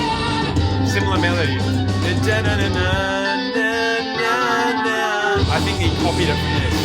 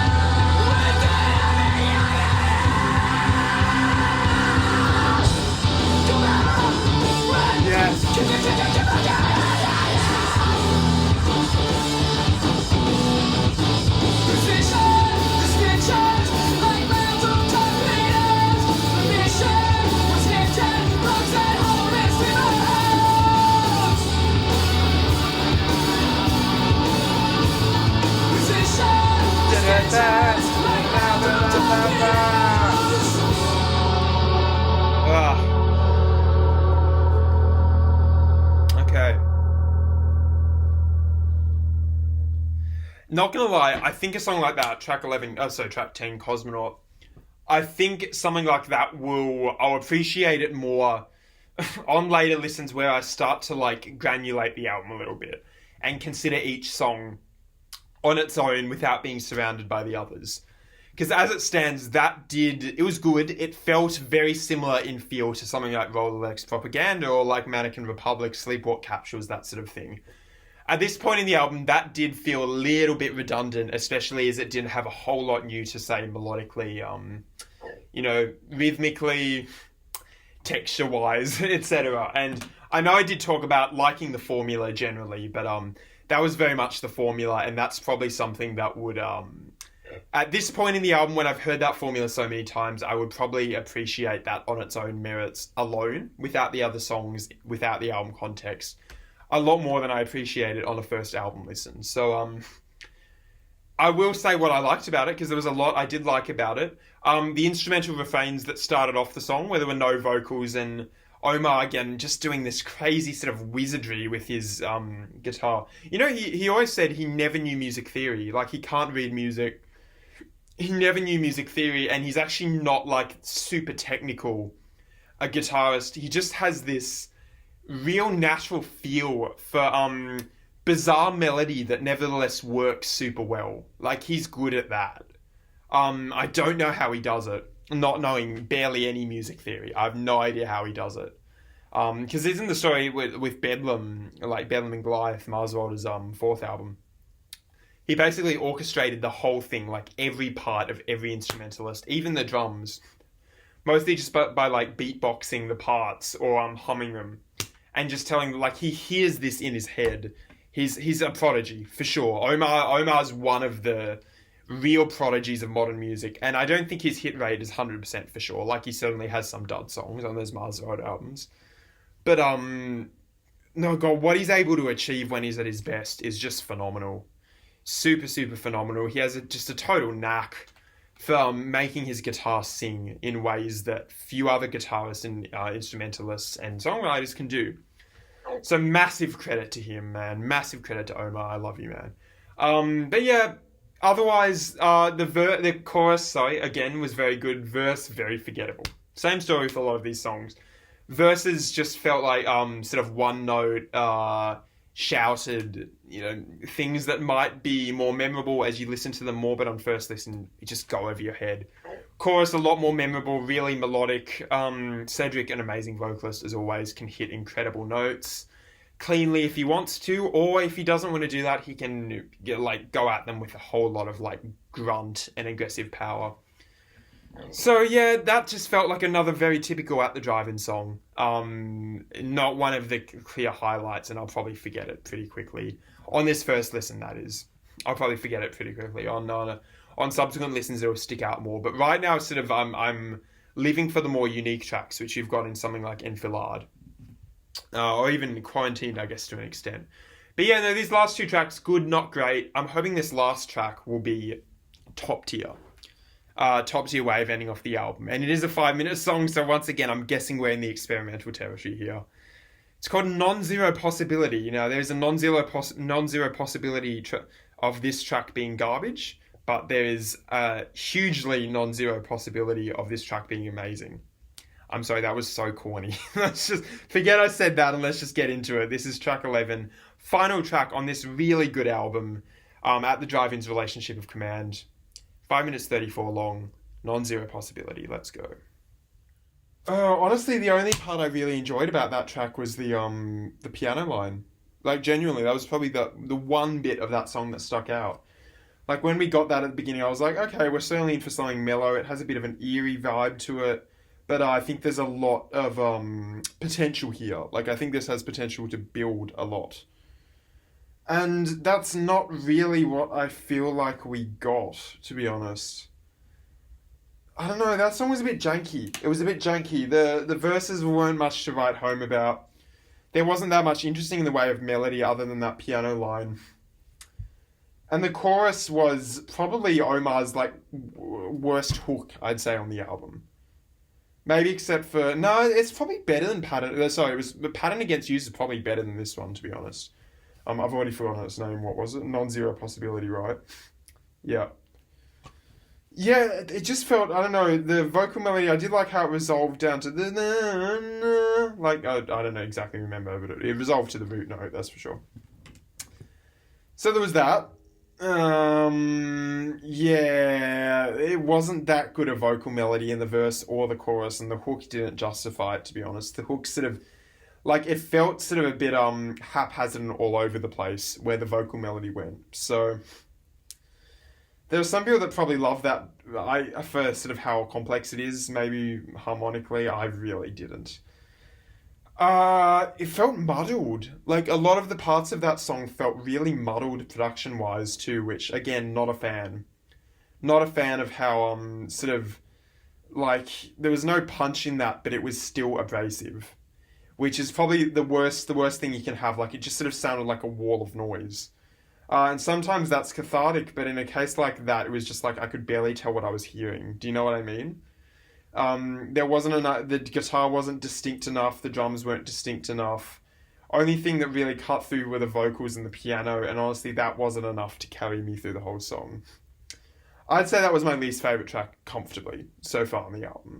So far on the album, I say, as I've already finished it. But yeah, my least favourite song on the album. So it ends with a bit of a whimper, which is a shame, because now I have to work out whether to call this a 7 out of 10 album or an 8 out of 10, because it is for sure one of the two.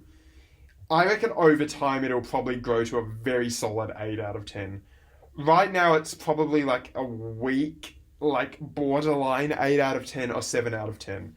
Now, if you know my rating scales, that means that it's a good album, like a really good album, actually. I don't dole out 3.5s lightly, and I really don't dole out 3.5. Sorry, I'm using Rate Your Music terminology.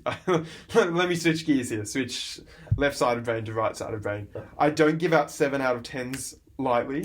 I certainly don't give out 8 out of 10s lightly. 8 out of 10s have to be very, very enjoyable with some songs that I really adore for them to be that high. So, yeah, let it be known that that is an extremely good score for me. It's just a matter of which one it gets. I think for now I'll give it benefit of the doubt with an 8 out of 10, because I know I'll probably like it more on, even more on subsequent listens. So, yeah, that basically tells you what you need to know on this album as a whole. That last track was the worst one, which tells you that basically all of the others were really solid. This is a really consistent album. Like, there aren't that many huge highs. There are a couple, not many huge highs, but there's a big streak of tracks that are just super, super solid and that appeal to me a lot. That, again, don't, stick out a lot, but form a really solid core to the album, which I think that's the foundation of some of my 7, 8, 9 out of 10 albums, is that super, super solid foundation that other albums don't have, and in which, like, there aren't any big, big lows on an album like this except for the last track. And yeah, it is a shame that the album ends like that, but man, what comes before it is still super good. So obviously, best bits, drumming was great on almost every track. I think the drummer he understood the assignment pretty much every time. Great open hi-hat to give it that chaotic, spastic, off-the-wall energy. Loved that. Some of his... I think he was at his best when he wasn't just doing the driving mid-tempo feel. I think he was at his best when he was doing like a more syncopated, like angular beat, like he does on something like Arcarsenal. And that's... I think also, by the way, the same with the guitars. Guitars were at their best when Omar was taking the forefront. I've used this verb a lot, but with those guitar lines very trebly that ricocheted around the speakers and around this room. Ricocheted around your brain. I thought those served a really understated but interesting melodic function that I don't think I'll come to appreciate fully until I listen to this album over and over again. Every time they popped up, I think they belonged, for sure. I don't think there was a single case of like angular Omar guitar lines on that album that didn't work extremely well for me. Another highlight, man, the hooks. The hooks, Cedric killed it on this album, dude. Cedric really killed it on this album. He did. Some were better than others, for sure. Like, there were weak hooks, like Non-Zero Possibility was a weak hook. Pattern Against User was a pretty weak hook. Sleepwalk Capsules was kind of a weak hook too. But, oh man, like, Arcarsenal, incredible hook. One-armed scissor, instantly iconic chorus, like with the na-na-na-na-na-na when a one-armed scissor. It is so rare that I remember a melody like that on first listen, especially when this is an 11-track album and after that point I'd heard 9 other songs or 8 other songs.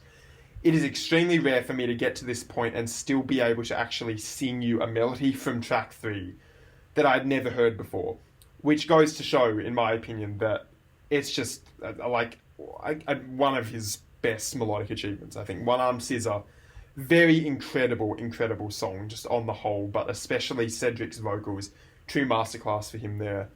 In terms of like the non-hooks, like we're talking about the verses, something like maybe like Rolodex Propaganda is what you want to look at, or like Mannequin Republic with those almost Rage Against the Machine-esque, very sassy, confident verses. Particularly on Mannequin Republic, I think was the best probably verse, apart from Arcarsenal, which doesn't really count because that was sort of a bit less traditional in terms of the formula. So yeah, look to Mannequin Republic for an instance of really fantastic verses on this album. Other highlight of this was when it got experimental. I think for the most part, again, apart from Non-Zero Possibility, the experimental moments really worked super well. I mean, you have a track like Enfilade, which I thought was very interesting with the electronics, the Latin percussion, the melodica. That was definitely like Omar that was his sort of spirit speaking over that song. All of those experimental elements, super interesting, and I liked them a lot, and I think that'll be very rewarding on subsequent listens. You also had, what was the track name? The one with the sort of spoken word verses, which I thought were alright. Invalid Department, I think, yeah. That was pretty interesting too. Some really interesting super sort of narrative spoken word verses, which, I mean, yes, I would have preferred there to be more of a melody over those, but I'm really not bothered. Even Quarantine, in its sort of much slower, sludgy feel, had some interesting moments to it too. I liked that too. So yeah, there were all the highlights. Guitars were good, bass was good, even though it was sort of understated on a lot of the songs, but when it stuck out, it was fantastic.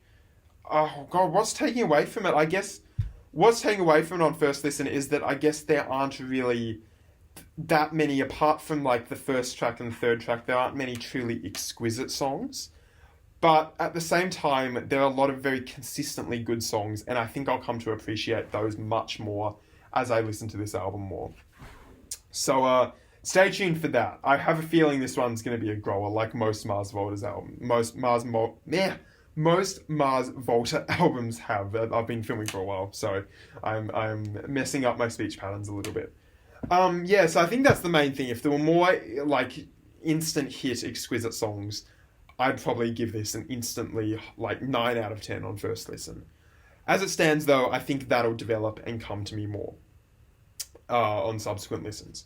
So I'm looking forward to that. Now, if it becomes like a 10 out of 10 album, which I wouldn't be surprised for me at some point in the future, I will 100% let you guys know. But overall, I had a blast listening to that. It was just so fun to rock out.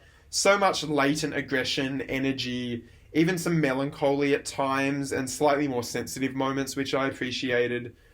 But man, there are a few better like shout-along headbang albums than that one, to be honest. I'd say that's already on first listen one of the better heavy, like really heavy albums I think I've ever heard, and is better than a huge swathe of Mars Volta albums, like better than Bedlam and Goliath for sure. Possibly better than Amputexture too, but I'd have to listen to it more, but I guess we'll see. I had a really good time. I'm going to give it an 8 out of 10. So on that note, thank you guys so much for watching. This was super, super fun to film. Much better than Death Consciousness, that's for sure. But again, preaching to the choir, I am already a fan of these guys, so they really could do not much wrong in my eyes. Yeah, super fun to film. Hit that like button, subscribe, do all those good things. If you had any feedback on my opinions or feedback on the direction of this channel, hit me up in the comments. I will like and hopefully respond to every single one of them. So let me know your thoughts on this album. Do you love it? Do you hate it? Etc, etc, etc. Have you ever seen them live? What are your experiences with At the Drive-In? Do you prefer At the Drive-In to Mars Volta, or do you prefer Mars Volta At the Drive-In? I want to hear all of it. And I always love getting those notifications in my YouTube and hearing that someone's written a new comment. And I always love getting to read them. So, yeah, hit me up with any of those like buttons. Share this with your friends too. You know, I'm back for good, hopefully, or at least good for the next, few months minimum.